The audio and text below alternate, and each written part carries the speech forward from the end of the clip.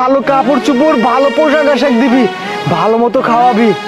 আর তোমার লগে এটা করছে না, ঠিক আছে, তোমার রাস্তার পথে ফকির বানাইছে না, আজকে চলো আমার সাথে, ওরে পিটাইয়া ওরে আমি ভিক্ষার হাতে ঝুলা ধরাই দেবো।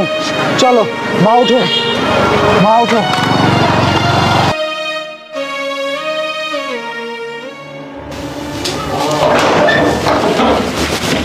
আরে আরে তুমি শান্তা, তুমি ভালো আছো?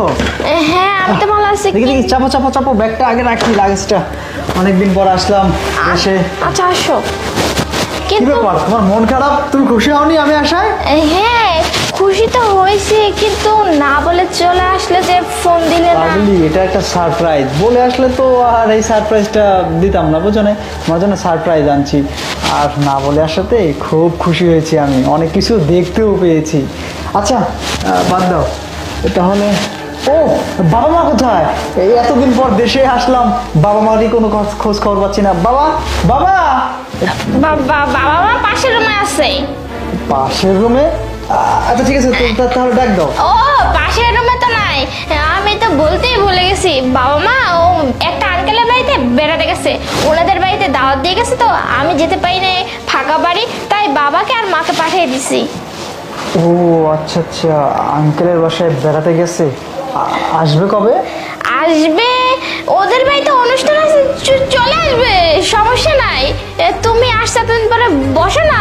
ও আচ্ছা আচ্ছা ঠিক আছে, তাহলে এক কাজ করি, আমি বাবা মাকে ডেকে নিয়ে আসি। আরে তুমি কি বলতেছো, তুমি এতদিন পরে আসছো, আমরা গল্প করি, বাবা মা সময় হলে চলে আসবে। তুমি বাবা মা আসো তো। বাবা মা মানে এই তো চলে আসছি।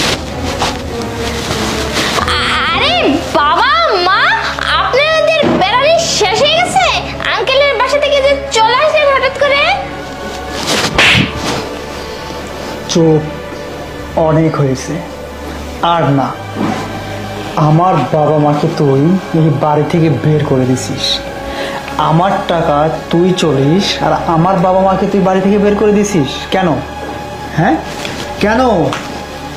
আমার বাবা মা রাস্তায় রাস্তায় ভিক্ষা করতেছে, এক মুঠো খাবারের জন্য মানুষের হাতে পায়ে ধরতেছে। বাবা 5টা টাকা দাও, বাবা 1টা টাকা দাও, দুদিন ধরে কিছু খাইনি। কেন কেন?